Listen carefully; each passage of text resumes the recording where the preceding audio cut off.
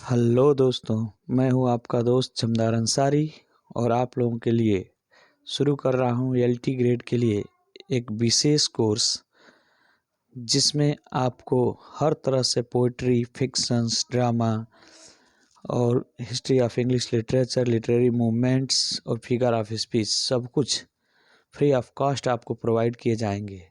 बस आपका सही फीडबैक ही हमारे लिए अमृत साबित होगा।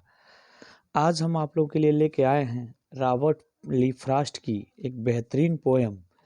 एलटी के इस शुरुआत में मैं इसी कविता से शुरू कर रहा हूँ। Stopping by woods on a snowing evening, लिखा है इसे रॉबर्ट ली फ्रॉस्ट ने। थोड़ी सी इस कविता के बारे में बात करें उससे पहले थोड़े से बात कर लेते हैं हम रॉबर्ट फ्रॉस्ट के बारे में। रॉबर्ट ली फ्रॉस्ट का जन्म 26 मार्च 1874 में हुआ था। कब? 26 मार्च 1874 में। वो भी कहाँ हुआ था, जगह की बात कर लें तो सैन फ्रांसिस्को, कैलिफोर्निया, यूएसए में। साथ ही साथ इनकी डेथ की बात करें तो डेथ जो हुआ था जनवरी 29, 1963 में। जनवरी 29, 1963 में 88 साल की उम्र में इनकी डेथ हो गई थी। इनके पिता का नाम विलियम प्रेस्कॉट फ्रॉस्ट था तथा माता का नाम इजाबेली फ्रॉस्ट था। इनकी वाइफ थी एलेनर मैरियम फ्रॉस्ट। इन्होंने पुलित्जर प्राइज 4 बार जीता था, जिसमें 1923, 1924, 1931, 1937, 1943। यानी अगर बात करें तो 1924, 1931, 1937 और 1943। चलिए थोड़ी सी बात कर लेते हैं कविता के बारे में। Snowing by woods and a stopping by woods on a snowing evening is Frost's most moving lyric poem, New Hampshire, 1923। इसी के लिए उन्हें पहली बार पुलित्जर प्राइज 1924 में मिला हुआ था। It is written in 1922. It is the poem that touched the hearts of Pandit Jawaharlal Nehru. The last 4 lines of the poem were found on Nehru's office table when he died. यानी जब नेहरू जी मरे तो उनके office table पर ये 4 लाइनें लिखी हुई पाई गई, जो लाइनें थीं, The woods are lovely, dark and deep, but I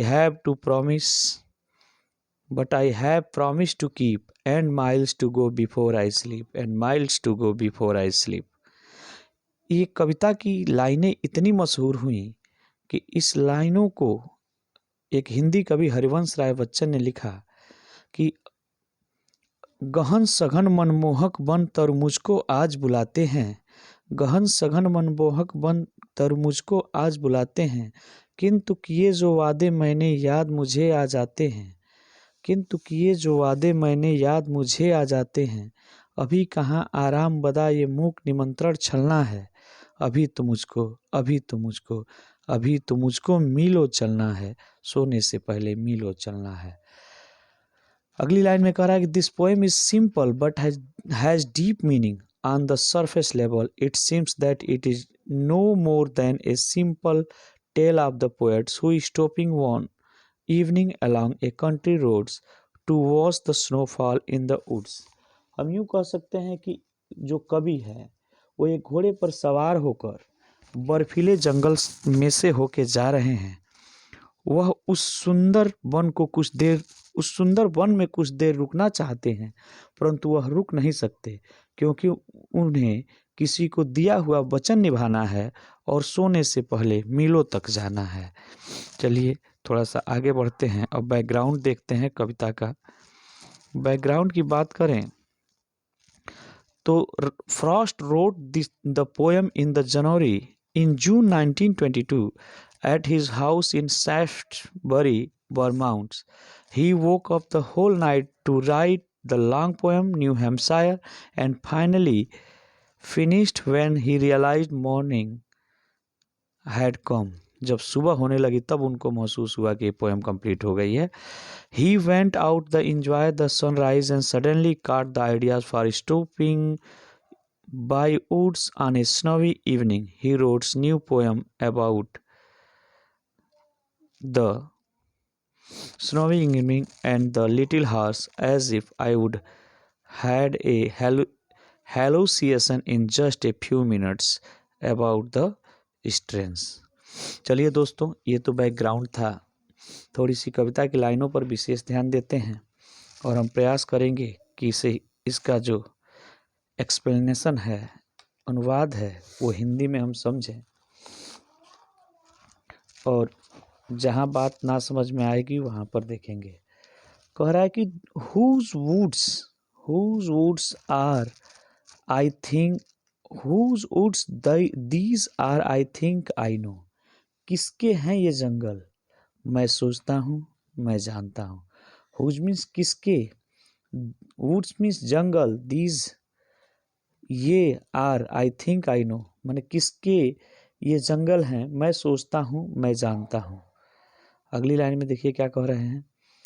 his house is in the village through.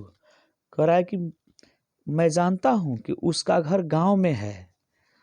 मैं जानता हूँ कि उसका घर गांव में है. He will not see stopping here. कह रहा है कि he will not see me stopping here. यद्यपि वह मुझे यहाँ रुककर अपने बर्फ से, एक तरह से कहा जाए to watch his woods fill with the snow, माने वह व्यक्ति जो मैं यहाँ रुकता हूँ, कह रहा है he will not see me stopping here.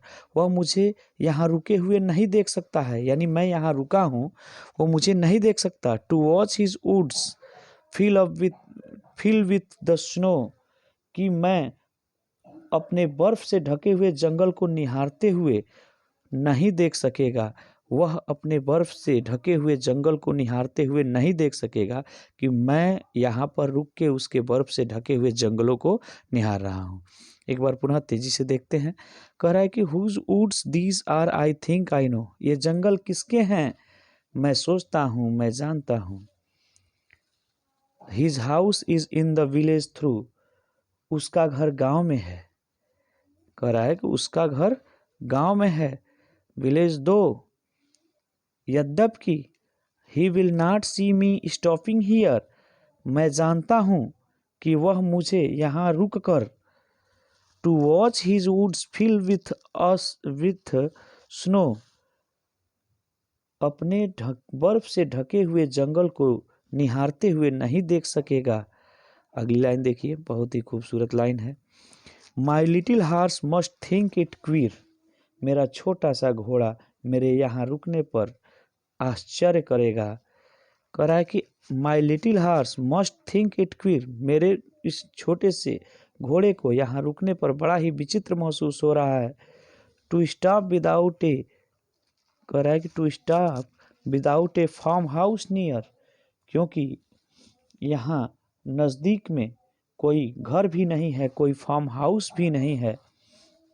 Between the woods and frozen lakes, यानी जहाँ जंगल व बर्फ की जमी हुई झील के बीच. दोनों लाइनों को मिला के देखेंगे. कह रहा to stop without a farm house near between the woods and frozen lake. कह रहा है कि जंगल और बर्फ की जमी हुई झील के बीच में कोई फार्म हाउस नहीं है, इसलिए यहाँ रुकने पर मेरा घोड़ा थोड़ा आश्चर्य महसूस करेगा. The darkest evening of the year. और शाम भी इस वर्ष की सबसे अंधेरी शाम है. The darkest evening of the years. ये शाम भी इस वर्ष की सबसे अंधेरी शाम है. अगली लाइन है. He gives his harness bells a shake. कह रहा है कि वह he gives his harness bells a shake to ask if there is some mistakes.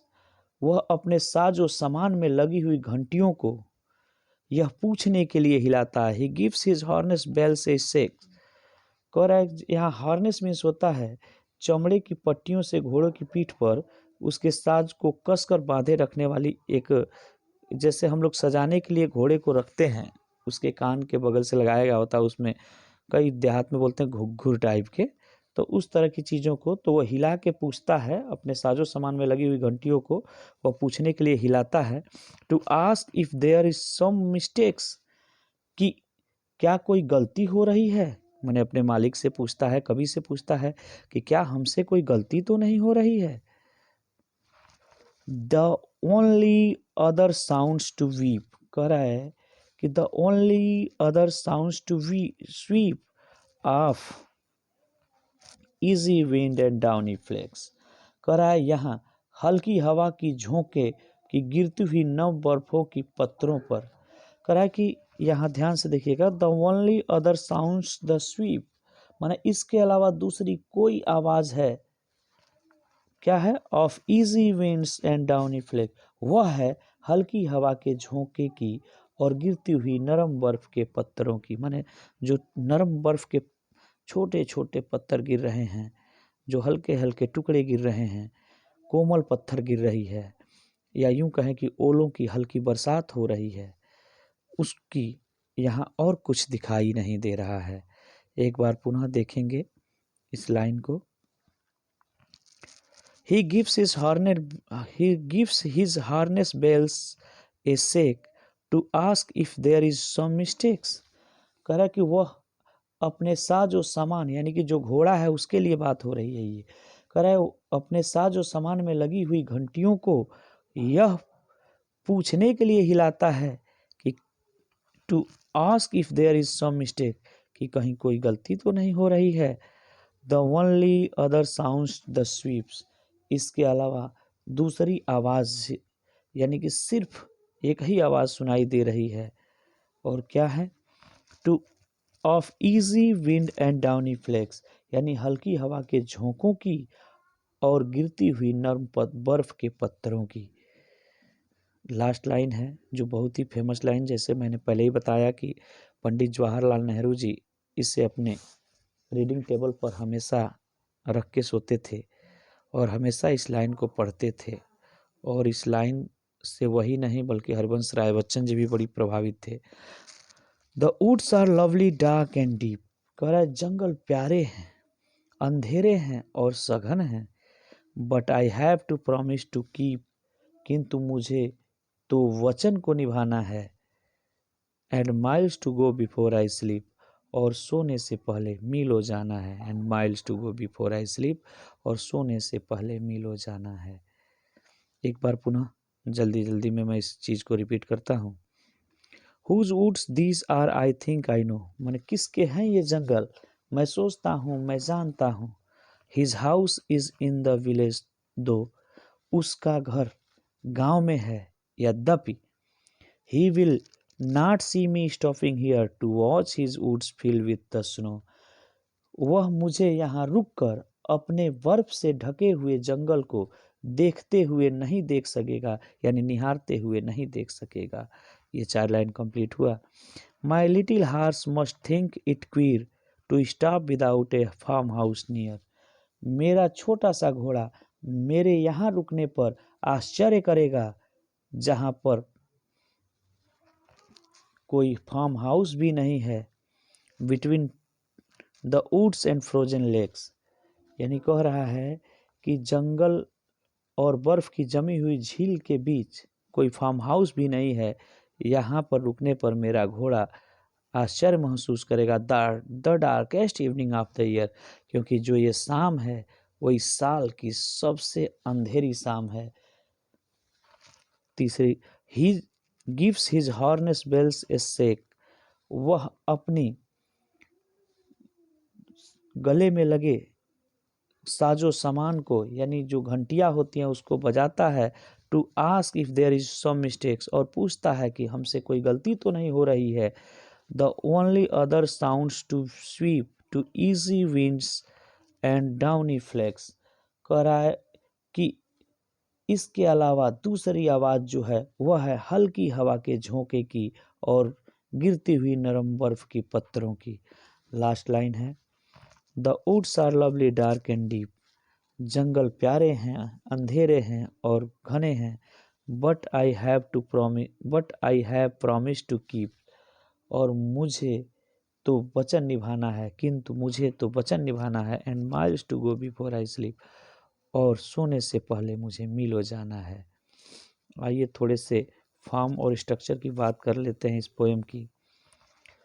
The poem consist of 4 almost identically constructed stanza. The poet has used iambic tetrameter. ध्यान रखिएगा दोस्तों, इस poem को iambic tetrameter में लिखा गया है, और साथ ही साथ in the Rubaiyat stanza created by Edward Fitzgerald, who adopted the style of Hakim Umar Khayyam, the 20th century Persian poets. ध्यान में रखिएगा, ईच वर्स एक्सेप्ट लास्ट माने अंतिम को छोड़कर follows the A rhyming pattern with the following verses, A rhyming with the verse B line, which chain rhyme another explain the chain. Example, the chain rhyme is the terza rhyma के use है, use the Dante Inferno. Overall the rhyme scheme is AB BBA CD AA BA BB CB CC DC DDD। यानी अगर हम इसकी बात करें तो यहाँ से समझने का प्रयास करेंगे दोस्तों। यहाँ देखिए, नो है उसी की तरह आवाज़ आ रहा है दो, नो और दो, तो अगर एक को ए माने तो दूसरे को भी ए मानना पड़ेगा, या यहाँ थोड़ा सा डिफरेंट हुआ तो इसको बी मान लेते हैं, और फिर से स्नो आया तो ए, यानी ए बी ए। तीसरी लाइन में देखेंगे क्वियर नियर दोनों ए, यानी अगर वहाँ मान लिए हैं ए बी तो अलग आया तो सी सी, फिर से क्या करेंगे डी और इसको मान लेंगे सी। अब यहाँ लेक है तो इस सेक है तो ये डी माने थे, तो इसमें अब इस कंडीशन में तीसरी लाइन में जब जाएंगे हम तो इसको डी फिर डी और ई और डी, नहीं यहाँ देख लीजिएगा, थोड़ा सा एक बार और समझ लेते हैं इसको।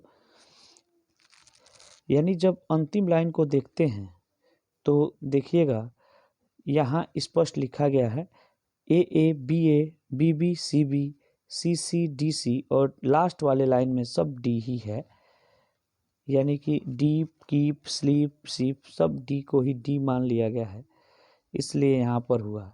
दोस्तों ये मेरी पहली किसी टेक्स्ट को पढ़ाने वाली वीडियो थी, शायद मुझसे कुछ गलतियाँ रही होंगी, या ओवर एक्साइटमेंट में जल्दीबाजी में मैं कोई गलती कर दिया हूँ, तो आप लोग मुझे सलाह ज़रूर दें, और मैं उम्मीद करूँगा कि इसी टूटी फूटी भाषा में आपको सभी एलटी के सिलेबस को प्रोवाइड कराऊँ। मिलेंगे फिर, तब तक के लिए धन्यवाद। जय हिंद, वंदे मातरम, सब्बा अल खैर।